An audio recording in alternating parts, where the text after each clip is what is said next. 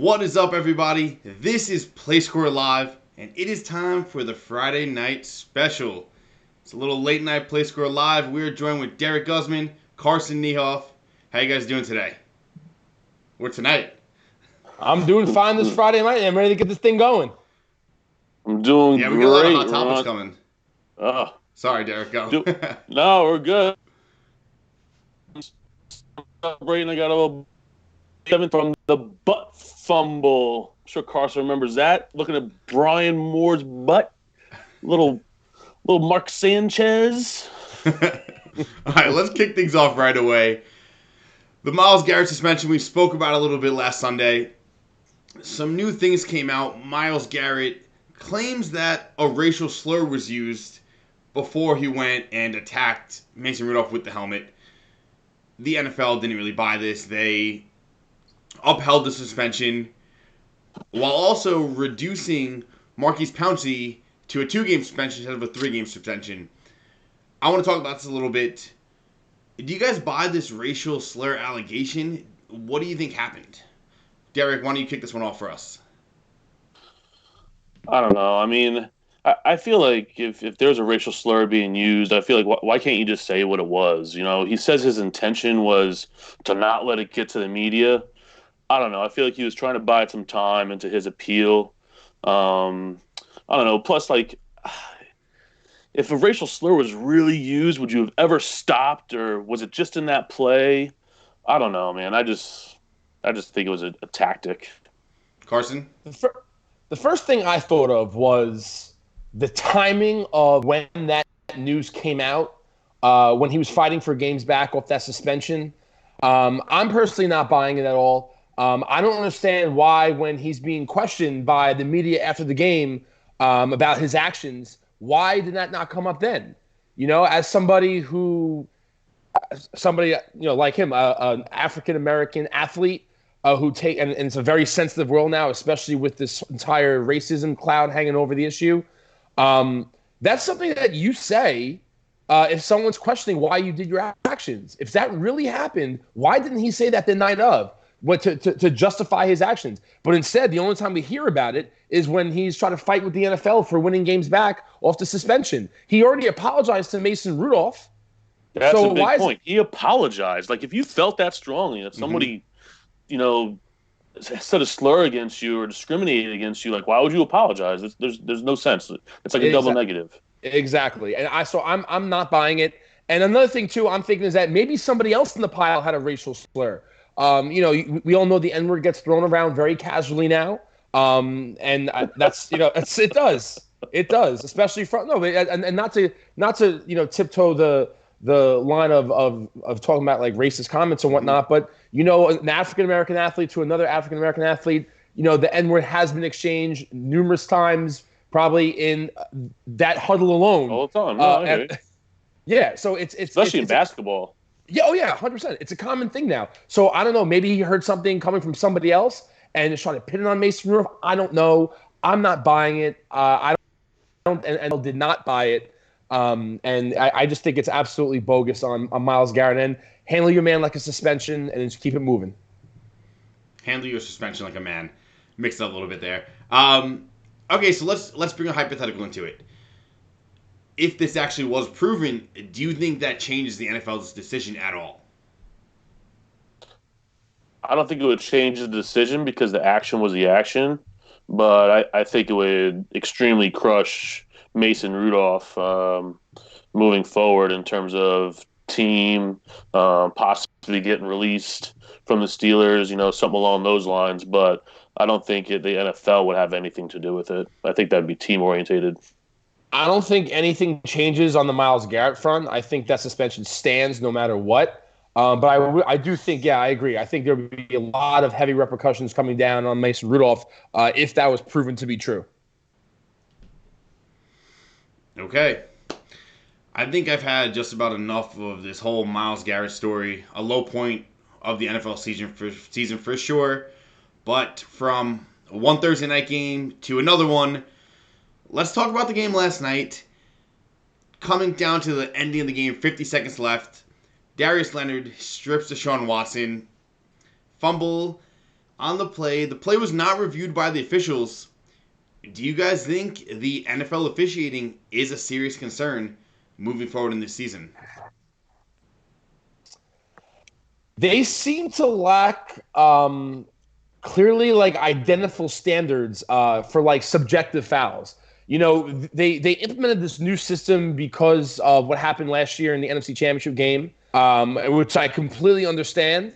And I do think it was worth the shot of trying this new system. But it's just, I just think that the rules are so blurred now in terms of what you can do, what you can't do, that it's completely subjective. And to actually slow every play down into like this 10-second, like this slow time frame.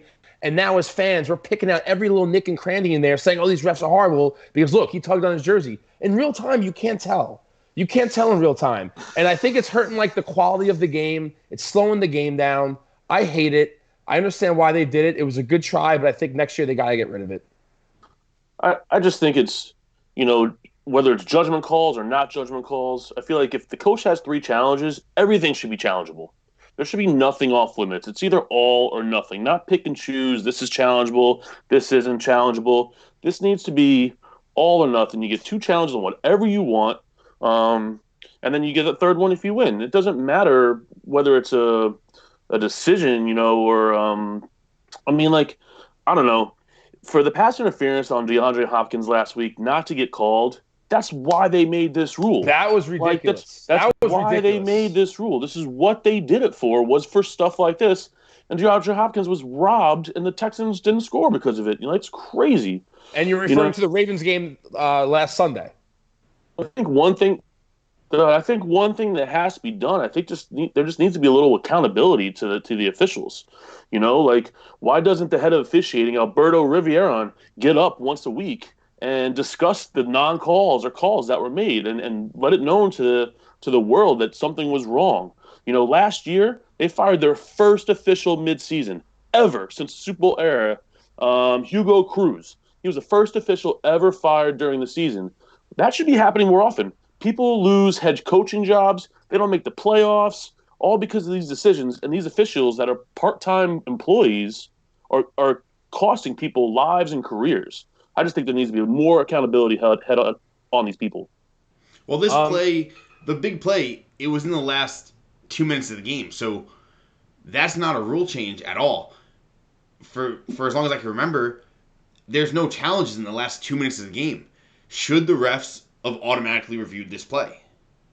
Well, they said that Houston recovered the ball. That's why they didn't review it. So that was their excuse or whatever it is. But it still should have went to a review. Either way, it still should have gotten reviewed.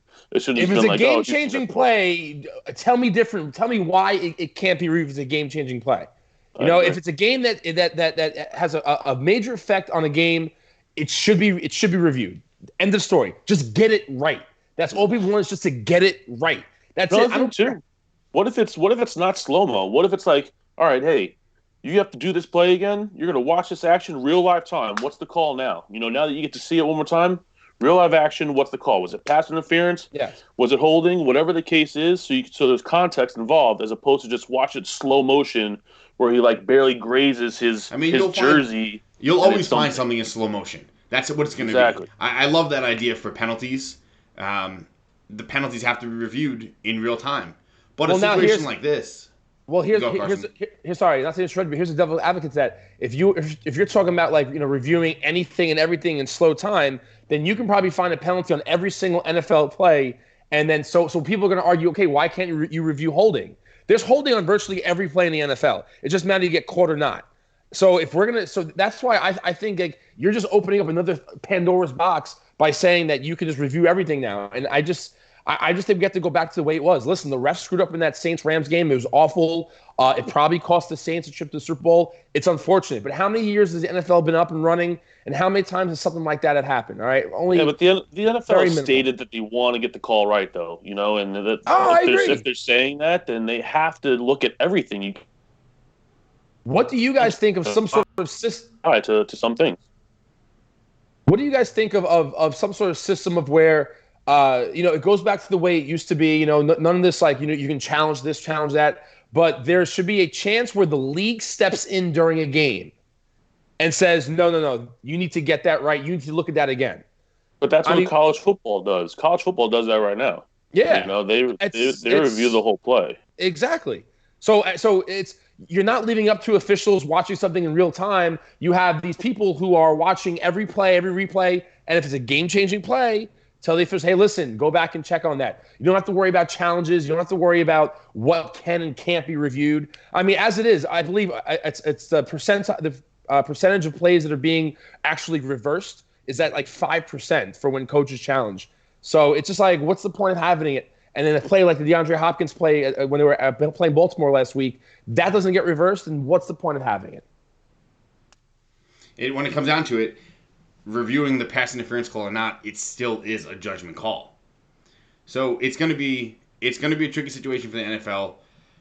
I mean, it's going to be interesting seeing how they move forward. If more of these situations come up throughout this year, I wouldn't be surprised if we do see another major change. Leading us to our next point, if that call would have been overturned, the Colts get the ball back with 50 seconds left in the game. They very well could go down and steal that game from the Texans. Leading to the next point, would you say the Texans are a legitimate threat in the AFC? I don't know. I mean, I don't necessarily think the Colts would have won that game either way. Brissett's not a charger down the field. He needs his 12, 14 play drives to get down and score a touchdown. So I can't see him really, airing it out and getting downfield and scoring. So I think that's a moot point. But when it comes to the Texans, I mean, we saw their worst with the Ravens. They're always going to be a good offense. J.J. Watt just hit the IR last week. Dylan Cole, they just lost one of their linebackers this week. So their defense is a little bit in the struggle. I will commend them, though. Bill O'Brien, I mean, he's brought in Hargraves from Tampa Bay and Conley from Oakland, and they've been stepping up their pass defense a little bit. I don't know, man. Their D has no identity, but if their D somehow figures it out, I feel like they could do something in there.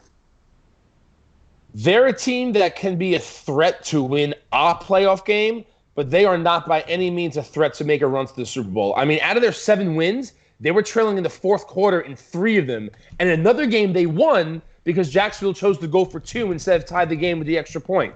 5 out of their 7 wins, they're like the opposite of the Chargers. 5 out of their 7 wins were one-possession wins. So a couple balls bounced different ways. They could be looking at a 500 or worse record right now. And I think eventually, everything kind of goes back to the mean a little bit. They're probably going to lose some close games down the stretch. I don't trust a team that was losing in the fourth quarter, in almost half their wins. I'd rather go with some of the other teams in the AFC that I think, Baltimore's the sexy pick, New England. I mean, even your Raiders, Shane, even your Raiders. I think there's a lot of I think there's a lot of other teams that I feel way more confident in putting my chips in their basket in terms of making a playoff run. At absolute best, Texans win 1 playoff game. That's it. Yeah, I mean, I don't know. I mean, the Texans are 4-1 at home this year, and after next week against New England, they don't face any teams with a winning record. So let's just say they lose that game, they go 7-5. They got 4 games, they're 11-5. They might have home field advantage for 2 games. I don't know if it's necessarily out of the cards that the Texans will only win 1 game and out. I think it's a little tougher than that. Yeah, it's going to be an interesting one. Carson, I love the confidence over there. Give me a little Raider Nation shout out. To another shout out, we actually had a little comment coming through, chiming in on the NFL officiating topic. Shout out to Leonard 2300, who believes the refs are just following their bosses, saying that soccer reviews a lot more than NFL because the refs run the game, period. Thank you for commenting, Leonard. Anyone else that wants to chime in on these topics, hit us up in the comments. I understand where he's going with that, but here's the thing with reffing in soccer and reffing in NFL, and I honestly think reffing in the NFL changes the entire game. How many times on the final drive of the game is there a questionable roughing the passer penalty that gives a team a free first down on 4th and 15? I think refs have way more to do with the outcome of the actual game in football than they do in soccer. And that's not taking anything away from the game of soccer at all. I just think football is a sport where referees literally determine the outcome of the game more than almost any other sport. Yeah, I mean, I don't know. Soccer refs, they can blow their whistle, they can not blow their whistle. It doesn't matter because half the stuff is fake or a flop or whatever the case is anyway. So, in the NFL, we're talking about real things, real hitting, real penalties all the time. Soccer's, yeah, they run the show, but at the same time, I mean, none of them are real penalties. You watch replays in slow motions and the guy's like curling over and, all this extra time being added on because this guy had a fake injury and goes and scores a goal in the next 3 minutes. I don't know. We have enough issues with the NFL officiating to compare it to the soccer. They have their own issues. Way more moving parts in a 10-second play in NFL than in the game of soccer. And I know there's probably a million soccer fans out there that are probably punching their laptop screens right now because I'm like disrespecting their sport. But or even though I'm not, but they're probably taking it personal. But it's true though. NFL, there's way more going on in that game than in the soccer game. Yeah, like I said before, the refs have way more to do with the outcome of the game. Okay, let's move on to our next topic. This is an exciting one. The fantasy football pie bet. All three of us narrowly escaped last week. Whew. Yeah, that Tyreek Hill injury pretty much saved me and You Derek. both will be putting pies to your faces right now if Tyreek Hill does not hurt his hamstring on Monday Night Football. I'm pissed. You guys are going to have it coming to you this week. This is I was in the clear. I was good. This is a big week. I think Tyreek Hill did have 2 targets, though. I mean, Yeah, that he did. Man. That he did. So let's talk about the Week 12 pie bet. For anyone that isn't familiar, pie bet is a thing done by Fantasy Alarm. And basically how it goes is we each have to pick a receiver that is going to score more points than one of the 4 selected. This week, the 4 selected were Michael Thomas, Julio Jones, Calvin Ridley, and Allen Robinson. If the receiver we each pick does worse than all 4 of them, next week we got to take a pie to the face, and Fantasy Alarm will donate $10 to a charity. I believe it's a children's charity. I gotta get the exact name of it, but yeah, it's all for a good cause. It gets a lot of people talking, and yeah, let's make our picks. We all escaped narrowly last week, like we said. Carson, I'll kick this. You can kick this one off. You can't pick Michael Thomas, Julio Jones, Calvin Ridley, or Allen Robinson. Who's your pick? I'm picking the guy that was supposed to have the amazing year in Cleveland with Baker Mayfield and that explosive offense that hasn't been anything close to explosive this season. But I feel like this is the remedy they needed. They needed a Miami Dolphins team at home. I think Odell Beckham has the breakout game we've all been waiting for. I think he either gets over 100 yards or scores a touchdown or both. I think Baker Mayfield has a big game as well, and I think Odell Beckham is going to be the beneficiary there. Odell Beckham is going to outscore at least one of those guys. Okay, actually, Derek. wait. Can I? No, wait. Okay. No. Can I? No. I want to challenge myself a little more. I will sit here and say Odell Beckham this week will outscore at least 2 of those players, and if he does not, I will pie myself next week. Ooh, okay, Derek. with it. That's how confident I am that he's going to do that. All right. Well, I mean, I think we have a layup with Allen Robinson out there. I don't know. It's a little of a weak one, but I don't know. I'm going with a guy. I think Derek froze. Wide Derek, we receiver lost fantasy you. points. We lost you for a quick second. Let's bring it back. Am I in? Yep, we got you now. All right. So I'm going with somebody that ranks 5th overall in wide receiver points at 18.1. He had his best game of his career, best volume game of his career last week with 15 targets, 220 air yards. I'm going DJ Chark. Titans are the middle of the pack in the passing game. his first matchup, DJ Chark put up four receptions for 76 yards and a touchdown. I could see him doing a little bit more than that, especially coming off of 15 targets from Foles. DJ Chark's going to eat. Okay, DJ Chark. You mentioned about Allen Robinson being a layup. Personally, I think this is an easy batch. We got Calvin Ridley and Julio Jones in there. I don't think both of them put up huge numbers. Leading me to my pick, who has carried my fantasy football season. Hunter Renfrow. I did draft Darren him. Waller. I did draft both those guys. Can we pick a tight end? I don't know if a tight end could pick, but I mean, why not? They'll never do as good. But okay, I'm picking Chris Godwin. He's carried my fantasy season so far. I think he continues, and he has a big week this week. And finally, goes back to how he started the year, really dominating on that team over Mike Evans. But we'll see next week. Well, Jameis is going to throw the ball 83 times, so yeah, the volume's going to be there. To Cameron Brate. Yeah, but Okay. Bucks are allergic to running the football, which I don't mind. I do not mind. Oh, that's good for you. Yeah. All right, let's move on to the next topic. We're going to talk about a player you guys think is going to be one of the top performers of the week. It's our players of the week. Derek, kick this one off. Give me a player you think is putting up some numbers. Yeah, mine this week is one of the best running backs in the game. Mr. Elusive. Mr. Never takes a big hit. Dips and dives. He's locked down this week. Who would you say, Derek? That week. We're having a Home little bit. against Carolina. We're losing you a little bit. Give us that player one more time. My top player of the week is Mr. Alvin Kamara. 22 points last week in a blowout win. In only career games. We keep How long? losing It's only Derek 3 right games. now. I don't know why. I'm all hooked up. Okay, keep going. It's that late All night right. live stream connection.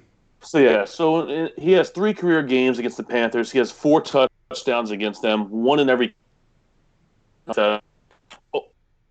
allowed over 100 yards in every game but 2 games this season. I just think Kamara's going to go out there and run the show. Carson, who you picking?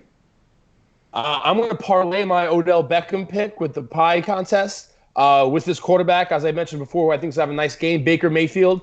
Mayfield's been awful this year in terms of stats, and he's actually been pretty bad just overall as a starting quarterback in the NFL aside from fantasy. I just think he should have all day to throw against a Miami defense that ranks dead last in adjusted sacks. So he's going to have a clean pocket. I think you're going to mark this down as OBJ's long-awaited go-off game against a 32nd ranked pass defense. So you know what? That means Baker Mayfield's going to have something to do with that as well. Jarvis Landry, a little revenge game against his old team. I really think the Browns offense opens it up this week, and Baker Mayfield has his best game of the season. And I think there's a good chance that he ends the game with 3 total touchdowns. Okay, there you have it. Let's switch it up. Let's go to the player that you guys think is going to be a major dud in Week 12. It's the dumpster diver. Carson, start this one off for us. Player most likely to flop in Week 12. Who has the balls to fade Tom Brady at home as a touchdown favorite? I do. That's where I'm going. I'm going with Tom Brady. I know that offense has been up and down this year. They've only allowed 17 sacks, and Brady struggled under pressure still. He has 29% completion percentage under pressure, which ranks like 26th among NFL quarterbacks right now. I think that Dallas has the D linemen to break down the pocket. You remember the biggest way to beat New England is to be able to rush the quarterback with only 4 pass rushers, so that you don't have to blitz and leave guys like Julian Edelman wide open in the slot. And I think Dallas has that. You know, they have defensive end Robert Quinn. Robert Quinn, despite missing the first 2 games of the year, he leads the team with 8.5 sacks. is third in total pressures, despite missing those first 2 games, as I mentioned as well, in the NFL. And then, of course, Pro Football Focus, you have defensive lineman DeMarcus Lawrence. He graded out top 10 all defensive linemen for his position. So you have a D-line that can really get to Brady. I think Brady's going to struggle. I think Dallas is going to get pressure on him with the D-line. And I think fading Tom Brady at home is always a no-no, but not this week. I think it's going to come to fruition.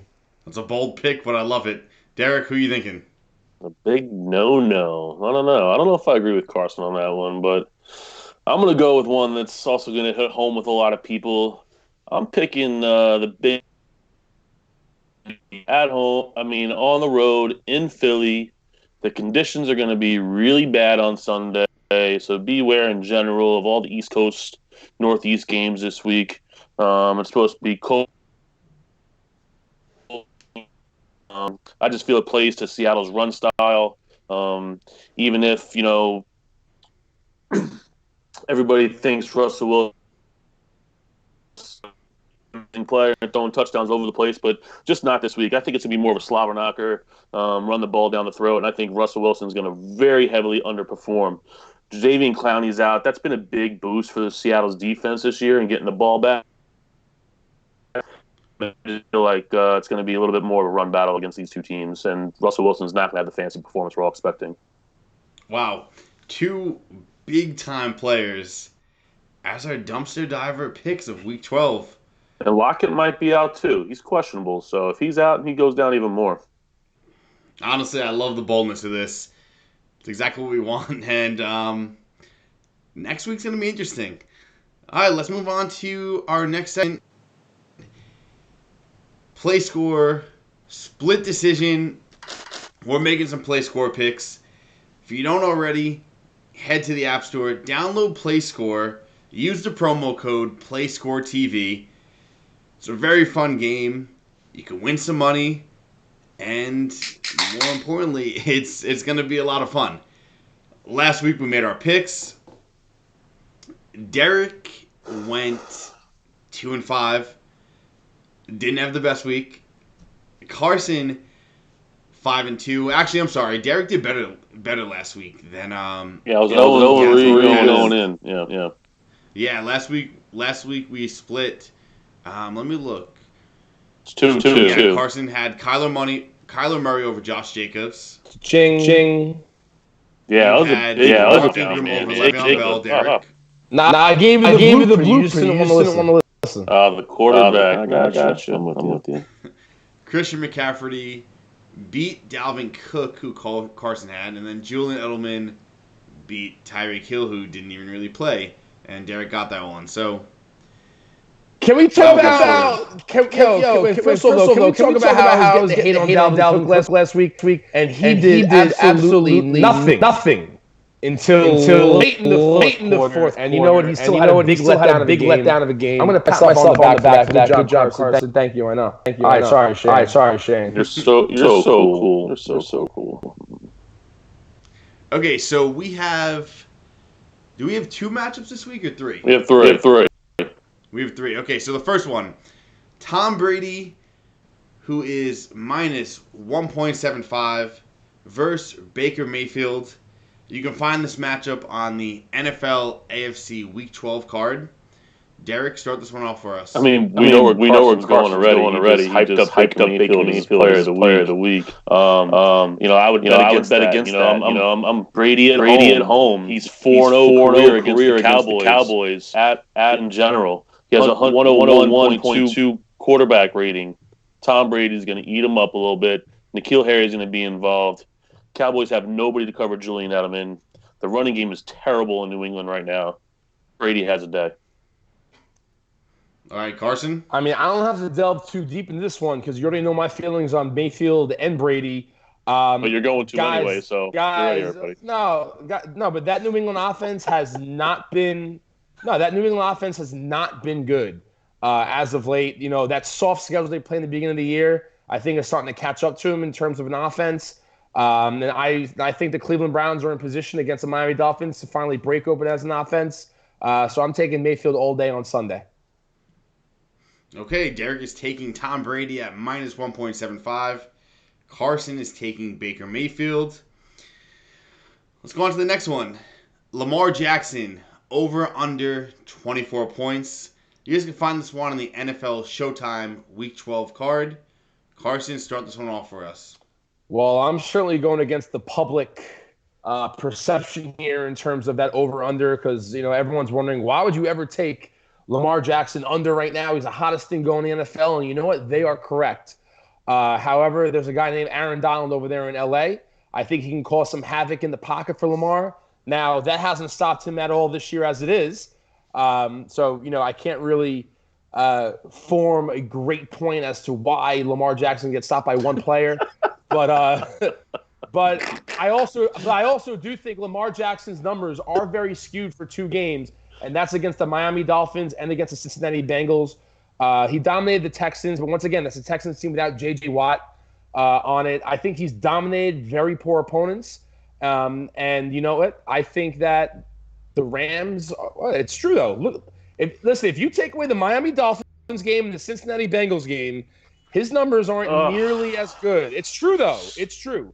Go look at his numbers, take away those two games, and then form an opinion after that. But like I said, he's having a great season, MVP candidate, because you can't take away games like that, when you're doing MVP ballots.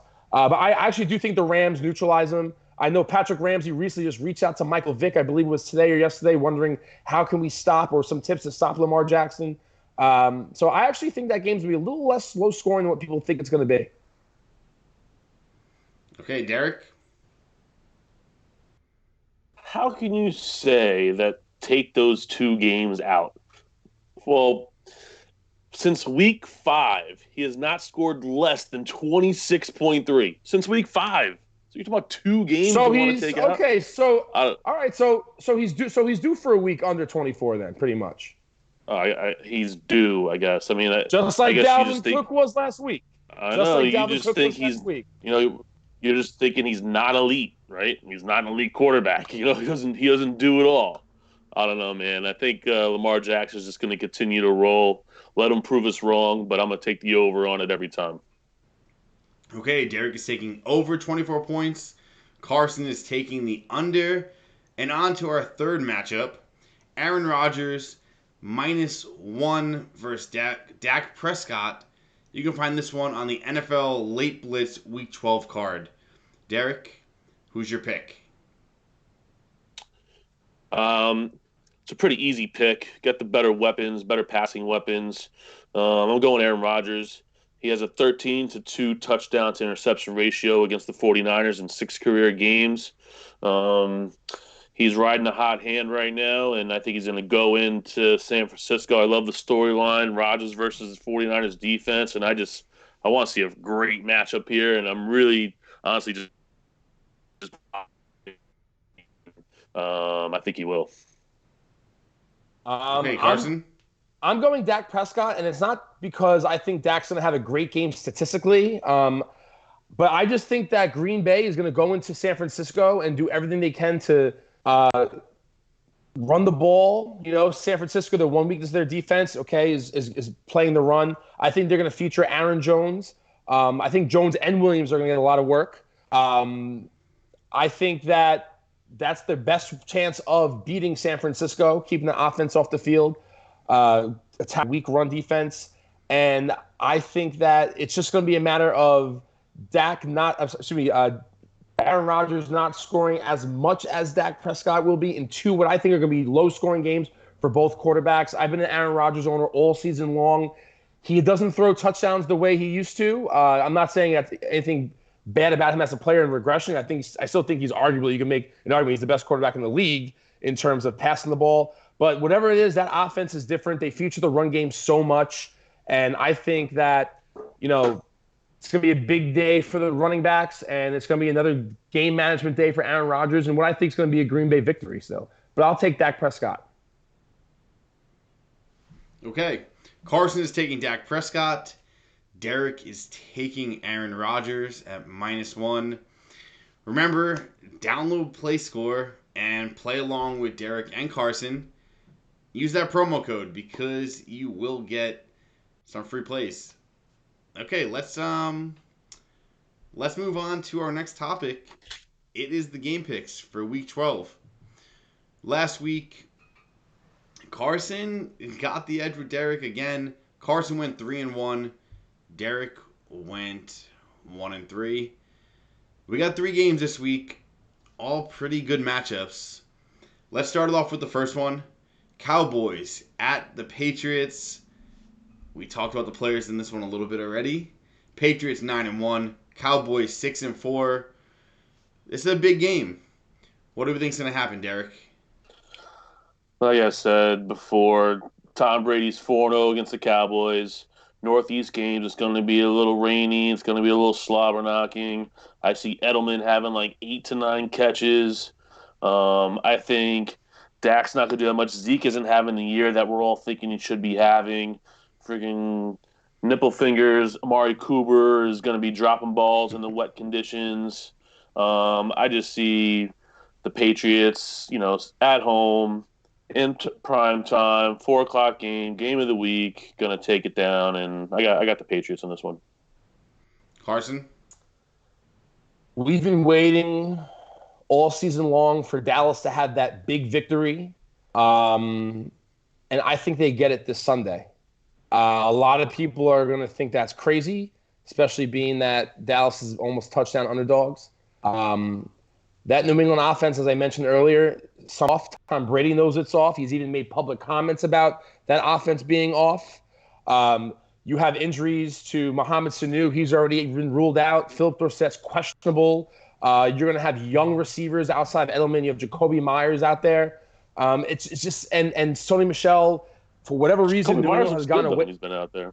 Yeah, but I mean, still, the offense isn't scoring what they do. There's obviously a big change that's gone on there, and it's just looking at the box score. Tom Brady has called out his teams before, and then they perform. I feel like it's just a calling out for Tom Brady to fire his team up and get them going. I don't know. I think they were a byproduct of a very, very, very favorable schedule. One of the most favorable schedules we've seen in the NFL in recent years. And I think, honestly, Dallas is the best team. I think that you can arguably say they're the best team that they're going to play this year, depending on how you feel with the Baltimore Ravens. Most people probably think the Ravens are better. I think Dallas is still a Super Bowl team. I think they are Super Bowl caliber team. Dallas might have the weakest division. Dallas might have the weakest division next to the Patriots. Yeah, Redskins, Giants, Eagles are not what they are. They're not facing the best competition either, man. Yeah, no, I mean, that's true. That's very true. But I think that, and like I said, you brought up the rainy conditions. Right now, I mean, Ezekiel is due for one of those big games. He's due for one of those big games. I think Dak Prescott has 9 touchdowns in his last 3 weeks. He's actually arguably, you can probably look at that MVP ballot, and Dak Prescott's name's on there. Dak Prescott his name is on that MVP ballot. He's having a heck of a year. He's having a career year, and he's having one of the best seasons in the NFL for a quarterback. So we can't just completely discount everything he's done. And as I also mentioned earlier, they have the blueprint on defense to beat the New England Patriots. And as a Jet fan, I know what that is because we've done it before. And it's when you can get pressure with your 4 D linemen and break down that pocket. And you know what? They can do that with their D line. And I think they get it done Sunday. And I really think Dallas wins outright. Right now we have a comment actually from the human rice ball saying that the Patriots this is a funny one actually. The Patriots defense is terrible. Their schedule has been a cakewalk, or should I say a rice cake. I don't know, man. He had a little winky face at the end of it as well. Also, you got Van Der Esch has just been ruled out a little earlier today, too. I think that's a big hit for the Cowboys defense there. I mean, but they still have good depth at the linebacker position. I wouldn't agree with the rice ball or the ball rice, whoever just commented. I wouldn't agree with saying the Patriots defense is not good. They are good defense.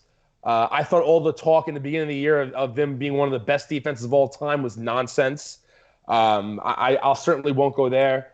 As you know, you watch, the Ravens thrash them, and I think this week, Dallas is gonna beat them, and I think they're gonna show some holes in that team. And they're still a Super Bowl contender, but I don't think they're 9-1 good, and that's just my feeling. And I probably have a lot of people disagree with me, but You'll find out Sunday when Dallas pulls the upset.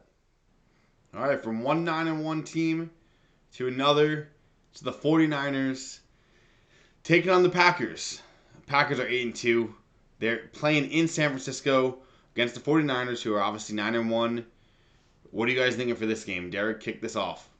Honestly, I mean, I just think it's awesome that these teams are just good right now. You know, it brings back like Brett Favre, Steve Young. It brings back like different kinds of memories of like these matchups and like going into, it used to be Candlestick or whatever.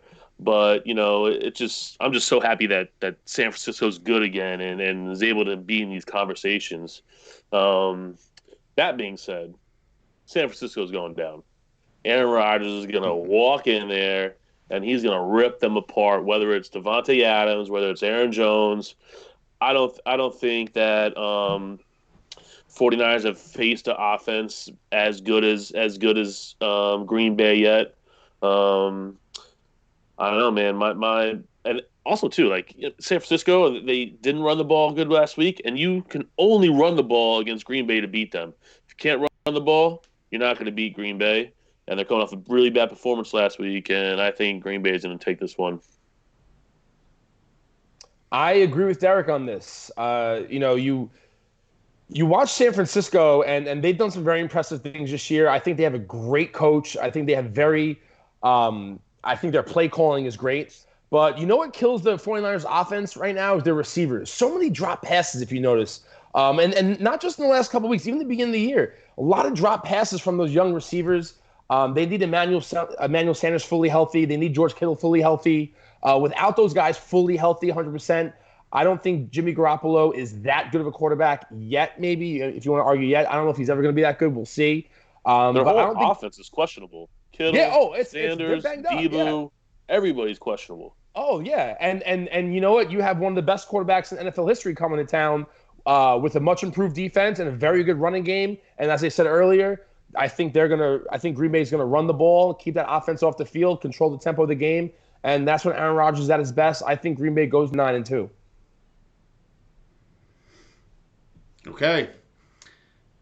Everyone's taking the Packers in this one. Let's go on to the third game. Baltimore Ravens, 8-2, heading out to LA to take on the Rams, who are 6-4. It's a big game for the Rams. Pretty much every one for them is a must-win, being in that division. What do you guys think is going to happen in this game? I don't know. I mean, it's a tough one here, but no, it's not. Still going Lamar Jackson. I mean, we can't bet against this guy right now. He is on fire. He is ripping up everybody. Unless you can stop Lamar Jackson, you are not going to beat the Ravens. The Rams defense has been okay. Aaron Donald's up the middle, but they're not going to go up the middle. They're going to take it outside. Lamar Jackson is lights out. Jalen Ramsey is not what he's supposed to be. He's going to be the next big cornerback to fall. They traded all those picks for him. He's not going to pan out the way the Rams think they did. Baltimore's riding a high that they're not going to get off of. I hope they don't, because they're just exciting and fun to watch. And as a fan or as an analyst, I'm rooting for the Ravens to do good. I want to see Lamar Jackson put in that elite category. And, I think the Ravens are just, unstoppable right now until somebody does so. Okay, Carson? I think Baltimore Ravens win the game, but I think, and not taking anything away from Lamar Jackson, but there's one thing about the Ravens that nobody talks about. The defense.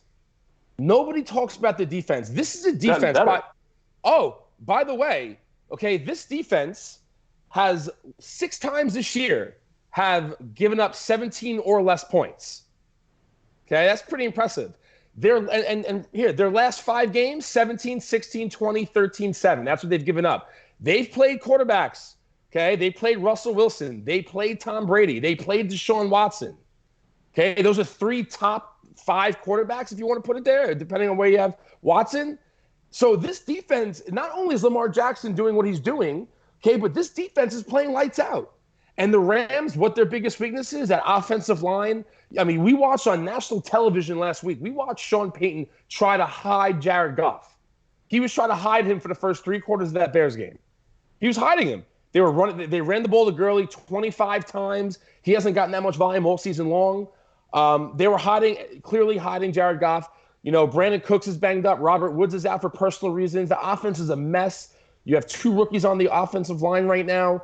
I have to take Baltimore here. I can't trust anything that Rams are doing.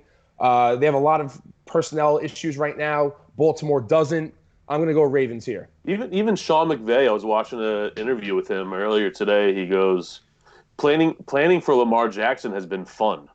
What does that mean? Like, how is that fun? I don't know. Like, trying to stop everything. Like, what are you trying to take over the world? Like, I think that's the wrong thing that he should have said. It's like, we're having trouble here. This is a head scratcher. Not I'm having fun trying to plan for this guy. No, he's lost right now on his defense, and Baltimore's defense has only gotten better with the addition of Marcus Peters. Nobody talks about that defense, man. No one talks about that defense. Helped round out their secondary a little bit more. Helped Earl Thomas find a role, and Baltimore's going to take it. I mean, it's an exciting team to watch. The people of LA have actually put out a missing person alert for Todd Gurley. Let's see if he shows up in this game. And it is time for our final segment, our closing rants. It's time for some flaming hot takes. Yeah. You guys will each have a short amount of time to talk about what you're feeling. Who wants to kick it off? I'll kick this one off. Okay. All right. So what I'm going to do here is I'm going to give you guys 2 players, and at the end of this, we're going to go through a little exercise here. All right. So with player A and player B, player A 68.5 completion percentage, player B 70.6, player A 2,737, 2,756. Hold on, Derek. We lost you a little bit. Go back to the passing yardage one more time for us. Go back to where? Go back to the beginning? Just repeat that passing yardage stat for us again. All right, so the passing yards. Player A, 2,737. Player B, 2,756. Player A, 23 touchdowns. Player B, 21 touchdowns. Player A, 2 interceptions. Player B, 3 interceptions. Quarterback ratings. Player A, 114.9. Player B, 114.8. Okay? Who's player A? Great stats. Russell Wilson, potential MVP candidate. Number 2, probably just got passed by Lamar Jackson. Who's player B? Kirk Cousins. Everybody's talking about Lamar Jackson, Russell Wilson, but Kirk Cousins is not getting the love that he deserves. He has battled 2 fourth-quarter comebacks, wielded his team. Everybody's talking about Dalvin Cook being the MVP for Minnesota Vikings, which, granted, he's having a great year, but you're not coming back 20-0 without a quarterback. Kirk Cousins has stepped up to the plate, stepped up in the bright lights, the nighttime PM game, without Thielen, and has been leading the Vikings to victory. I think that Kirk Cousins needs a little bit more consideration for MVP. As I just showed you right now, as everybody thinks Russell Wilson's here, exact same stats. Kirk Cousins deserves to be in that discussion. Wow, that is a hot take, and that is not... I wasn't expecting those stat lines. I mean, I watched Kirk Cousins the whole beginning of the year, a man that looked like he was afraid to throw the ball, but I'm happy to see the coaches put a little more faith in him, and, I mean, the stats back it up. It's going to be an interesting end of the season. Carson, we're on to you. Give us your take. Well, I'm certainly going to ruffle a lot of people's feathers with what I'm about to say right now. I'm not talking to every New York fan out there. I'm talking to about 75 to 80% of you. I have a problem, Shane. Okay? I have a problem with my own people. I have a problem with the New York fan base. And this isn't just covering football. This is covering all sports. So, excuse me while I prop myself up here when I express these strong thoughts, because I'm sure that a lot of people are not going to be happy with me when I'm done. Matter of fact, probably mostly everybody won't. Okay? Fickle. 85% of them. Yeah. Fickle. right? The definition of fickle, changing frequently, especially as regards to one's loyalties, interests, or affection. See, we do everything we can as pompous New Yorkers to flaunt our colors during a winning season, but be the first to boo any draft pick that our franchise deems fit during an actual rebuild. And then there's a typical baseball fan. Yankee fans will do anything to adjust that Yankees fit in and keep hanging that 27 number on all Met fans, but in reality, the person speaking probably wasn't alive for 80% of those championships. You talk like you're on top of the sports world every season, meanwhile, the person saying that nonsense probably hasn't tuned into less than 10 games that season. The same person who probably can't name more than 2 relievers on their team because your sports app or your phone only gives you updates about the major players. But you love talking about those 27 championships and using it as the crutch for any Yankee hate coming your way. All you care about is boasting how you're the best, but don't really have the real knowledge to back up your argument other than naming the big names in your batting order because you only watch a game beginning to end come October, okay? And while most of Yankee fans only enjoy watching in October, there's the Met fans who only watch till they are out of contention. But I sort of respect Met fans because they are humble for the most part. But it's the same issue, just opposite. You tune for the first 2 months, only to lose interest once they lose, and then try and make opinions on a team. Meanwhile, you went the entire month of July and August and September without watching a full game. Once New York fans baseball teams lose, whether it be regular season or playoffs, then you try to talk about how you need to get rid of this guy and get rid of that guy. Meanwhile, there were probably guys who were raking for you in June and July when you weren't even watching. Giant fans. They love giving the proverbial FU to Jet fans by hanging their hats on their 2 most recent Super Bowls, but will be the first people that will have to check the Monday morning paper to see if they won on Sunday during a losing season. You want to sit there and bask in your glory from past success, only to hate the process of having to get back there. The same idiots who wanted to jump off a building when they selected Daniel Jones, but they wanted to go on Twitter to tell the world that we found our answer after one second-half comeback versus a lousy Bucs team. Don't rub your Super Bowls in our faces when you don't want to be part of the process to get there. The only thing you've shown me is that U.S. fans don't know what a rebuild looks like, what it feels like, or have enough content knowledge to even figure it out other than saying we beat New England twice. Which brings me now to the Jets fans, myself. But I'm in the 25% that knows what I'm talking about. Okay, most Jets fans are a borderline delirious group of people who boo virtually every coach and first-round pick and tangle with a massive inferiority complex on an almost daily basis and yearn for the glory days of the franchise, which really one year, 1968.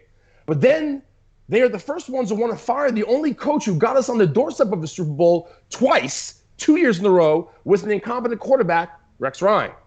We think just prematurely firing coaches who don't have much talent to work with is the answer every single time, only to have a competent backup plan or solution in place. Is it okay just to realize we aren't good right now? How many times are we going to blow up the team and not see things all the way through? This whole Adam Gase talk, that's where that stems from. Rangers and Islanders fans, I actually have respect for you because even when ESPN reluctantly wants to show your highlights to do or have anything to do with your sports, you stick with your fanhood and your pride. And I know you guys actually watch games. That's the most I'll ever talk about hockey. And lastly, Knicks fans. Okay? And remember, keep that word fickle in play here. Lastly, Knicks fans are the same fickle fans who think firing coaches and trading players get us places overnight. The one thing I've realized over the years is that Knicks fans don't even really know the game of basketball. You think you do because your friends let you play 3-on-3 in your backyard growing up. The same fans that were bragging about Phil Jackson hiring because the newspaper said it was great. But the last to realize that he had Jordan, Pippen, Shaq, and Kobe to build his resume as a decision maker and was running an outdated system. But you guys wouldn't know that because 90% of you can't even name the passing and spacing components of a triangle offense, but are the first to say Melo wasn't a fit for it. The stigma now is to fire David Fizdale because we suck. But honestly, what were you expecting when we whiffed on every major free agent in the offseason and rested our laurels on signing a bunch of cast-offs from other teams? So shut your mouths and have some product knowledge once again.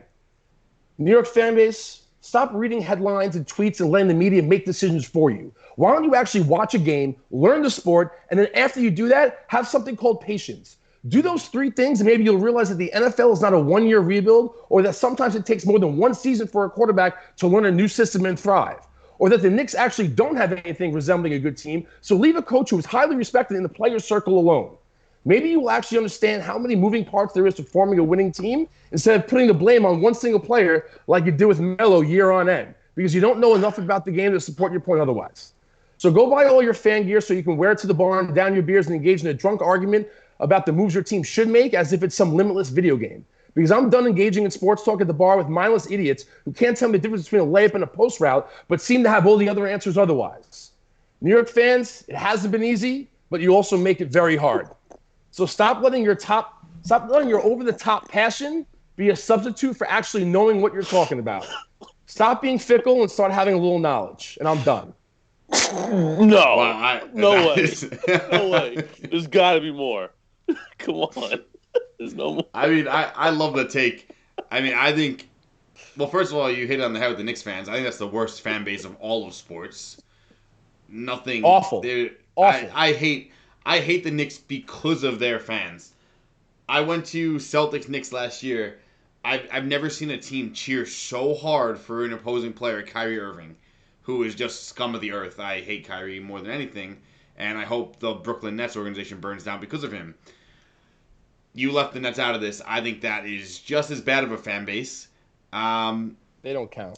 They just have... They don't count, you said? No. Why do they count? Because they've been here only a couple of seasons. I think the Brooklyn Nets fans in general are... They're just the new just sport fans. No, they're the people who acted like they were Knicks fans but really weren't, but then found a good time to switch over to a better team in Brooklyn because it's cooler to like a team from Brooklyn, right? So that's what they did. There's probably Knicks fans that didn't really give a crap about the Knicks, and then this is a good time to hop on board with the new franchise. Nah, I will never count a Brooklyn Nets fan. And black is a lot easier of a color to match when you're getting dressed as opposed to a bright blue and an orange, And then that first game when that Bruin chant came in, that was really cool chant, right? So that's another reason why they all hop on board. Nah. Oh, no, Carson, you missed on it too. Like you should have brought up Eli. Everybody hated Eli when they did that. His first year and a half, he was throwing interceptions all over the place. Like Giant fans were jumping off bridges left and right. Well, that was part of me saying that like, they're probably still thinking about Revis. Anyway. Well, that was part of me saying that Giants fans, they love to show those 2 rings, and all they can say is that they beat New England twice, which they did. But they don't like being part of a rebuild. What they do during a rebuild, they hate on everything they got. They hated on Eli during the rebuild when they had him. They hated on Daniel Jones on draft night. But then once Daniel Jones came in that second half of the Bucs game, all of a sudden they loved him. And then now he's been struggling as of late a little bit. So now people are hating on him again. It's fickle, man. It's fickle. And that's exactly my definition. Listen, the Jets don't like a rebuild either. They started rebuilding 3 years ago, and they're already rebuilding again. So they don't even like their own rebuild. We want to fire a coach during a rebuild. I don't understand that.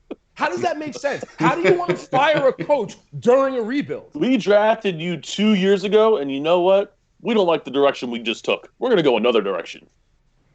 You want to know the best New York fan base? The only true New York football team, Bills Mafia. Stick by their team no matter how bad they are. Tailgate in the blistering cold. That is a fan base. That's a good point. If I had 10 more minutes to talk, I could give a whole spiel on how amazing Buffalo Bills fans are. One of my best friends is a Bills fan. I have another friend up there in Buffalo who actually works for the Bills, and that fan base is awesome. And, I respect them, and I actually cheer for the Bills a lot when the Jets are out of it, and I kind of want to see the Bills do good because that fan base deserves it, and they care about their team, and they don't change one thing no matter how bad they are. And I'll tell you, what a fun time going to a Bills game. I've been to 3 of them.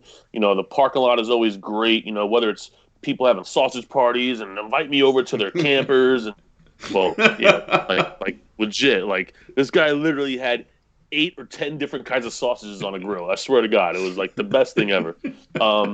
But, I mean, even being in the stadium, like, you're right on top of the field. Like, you can't get any closer. I like the Buffalo Bills. They're fun, and I'm glad they're actually doing well and, beating the crap out of the mindless Jets. Yeah, you go to a Bills game. I mean, I've never been one to those sausage parties you went to. Yeah, I'm not tailgating with Derek. There's a big sign. It said sausage party here. Yeah. I went, okay, let's go see what's going on.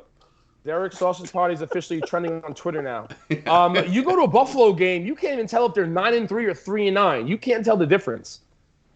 That's the best part about it. Great fan base. You can't tell the difference. Yeah. Okay. I mean, I love the hot takes this week. Hey, New York fan bases, here's with a retweet. Make your argument why you're a good fan. show Carson that you're in that 15%. What was it? You said 80%? Show him that you're in that 20% of good fans. Eyeballing it, yeah.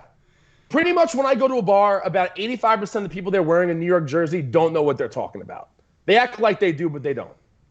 That's like, do you guys remember that video of the Yankees fan a couple years ago when he's adjusting his fitted, he has the chain on, I think he's wearing like a guinea tee or something, and then who were they playing? Was it the Red Sox? Home run, walk off. Great video. But yeah, great hot takes, guys. Thanks for joining us. That was another episode of PlaySqorr Live. It is now Saturday, in the East Coast at least. Remember, hit that follow button. Follow Derek on Twitter, DRockstar9. Follow Carson at Carson Niehoff. My name is Shane Salonitri. You can follow me at Sally Nitri. This was PlaySqorr Live.